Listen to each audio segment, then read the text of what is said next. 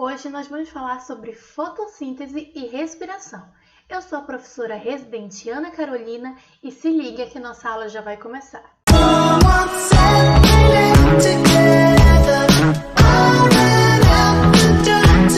Todos os seres vivos precisam de energia para manter o seu metabolismo. Essa energia é aquela necessária para que a gente cumpra as atividades do dia a dia. E essa energia ela é obtida através da quebra de moléculas orgânicas, que são os carboidratos, proteínas e lipídios. E como é que a gente faz para ter essas moléculas orgânicas? A gente se alimenta. Então, através da nossa alimentação, a gente consegue adquirir essas moléculas. E aí a gente se alimenta e a gente tem força para fazer as coisas diárias, brincar, estudar. Porém, nas plantas, esse processo é diferente. E por que é diferente? É diferente porque as plantas elas conseguem produzir suas próprias moléculas orgânicas, ou seja, elas são seres autotróficos que produzem o seu próprio alimento. E como é que elas produzem esse alimento delas? Através da fotossíntese. Mas aí vocês me perguntam, professora, o que é fotossíntese? A fotossíntese ela é um processo de transformação, ou seja, a planta ela não vai criar o seu alimento, ela vai transformar. A gente tem uma fórmula da fotossíntese que é o dióxido de carbono mais água, e aí a gente vem com a entrada de energia, de luz, que vai dar origem a um carboidrato e um oxigênio. A planta ela vai transformar substâncias simples e inorgânicas, como sais minerais, água, gás carbônico, com a presença de luz, ela vai transformar essas substâncias em substâncias orgânicas e complexas. No caso, a glicose, o oxigênio. Para ocorrer a fotossíntese, a planta ela não precisa só da luz, ela precisa de água, sais minerais, nutrição.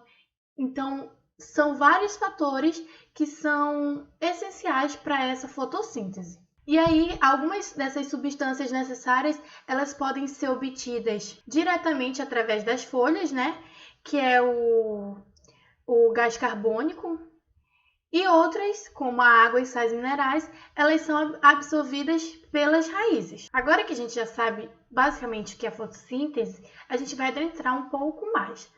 A fotossíntese ela é dividida em duas fases. A fase fotoquímica, que é conhecida como a fase clara, e a fase bioquímica, como a fase escura. A gente vai começar falando sobre a fase clara, Por que a gente chama de fase clara? Porque para acontecer essa primeira fase é necessária luz solar, por isso que a gente chama de fase clara. Ela consiste na transformação de luz em energia química. Essa luz solar é captada pela planta através da clorofila, que fica lá no cloroplasto, e essa luz ela vai excitar a clorofila. Quando essa excitação acontece, a clorofila perde elétrons, e esses elétrons eles vão ser carreados pelos transportadores de elétron, que são o NADPH. Para essa clorofila não oxidar, entra a água, que é absorvida pelas raízes e passa por um processo de fotólise. Então a água vai ser quebrada e ela vai liberar elétrons para essa clorofila. No caso, ela vai repor os elétrons que a clorofila perdeu. E aí ela vai liberar oxigênio. Essa energia gerada nessa primeira fase, ela é levada para a segunda fase, a fase bioquímica ou fase escura. Mas deixa eu falar para vocês que a gente chama de fase escura, mas ela pode ocorrer também na luz do sol. Ela só precisa que ocorra essa primeira fase, mas ela pode acontecer tanto à noite quanto o dia. A fase bioquímica ela é responsável por fixar o carbono atmosférico em uma molécula orgânica, que no caso vai ser, por exemplo, uma molécula de açúcar. Agora a gente vai falar sobre respiração. É importante lembrar que fotossíntese e respiração se complementam. Por quê? O produto da fotossíntese será usado como substrato na respiração. Então, como é que vai ocorrer essa respiração?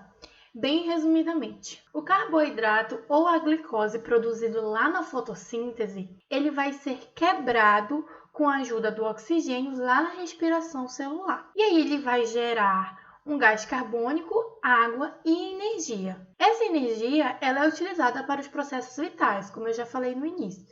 E o gás carbônico e a água, eles são substratos para a fotossíntese, ou seja, se torna um ciclo.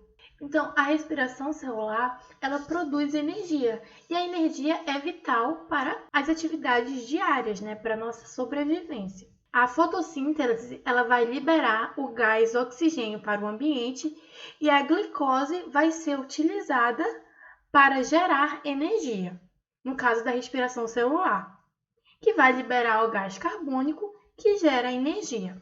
Então, aqui na imagem, a gente vai ter a luz solar, né, que vai para o cloroplasto e acontece todo aquele processo de fotossíntese. A fotossíntese vai liberar um carboidrato e aí a gente vai para a parte de respiração. Esse carboidrato, né, ele é levado para a parte da respiração, onde acontece a energia, né, química, que é o ATP. E aí esse ATP ele vai ser trabalhado lá na mitocôndria, que vai ter o processo de respiração celular, e a água com o gás carbônico volta para o cloroplasto para fazer a fotossíntese novamente. Ou seja, é um ciclo, né? Só ressaltando, a respiração ela é bastante complexa, né? A gente está resumindo nesse vídeo e eu vou falar mais um pouquinho que ela é dividida em 3 etapas. Mas eu vou resumir essas etapas, tá bom? A primeira etapa da respiração é a glicólise. O que ocorre? Ocorre a degradação da molécula de glicose. Lembra que da fotossíntese pode vir um carboidrato ou uma glicose? Na glicólise vai ocorrer a quebra da glicose. A segunda fase é o ciclo do ácido cíclico, também conhecido como ciclo de Krebs. Nesse ciclo vai ocorrer a oxidação completa da glicose.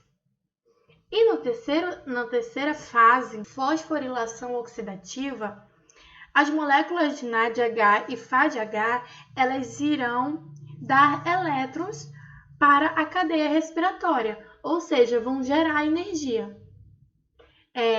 Eu fiz uma atividade para vocês responderem, eu vou postar lá no grupo do WhatsApp e bons estudos!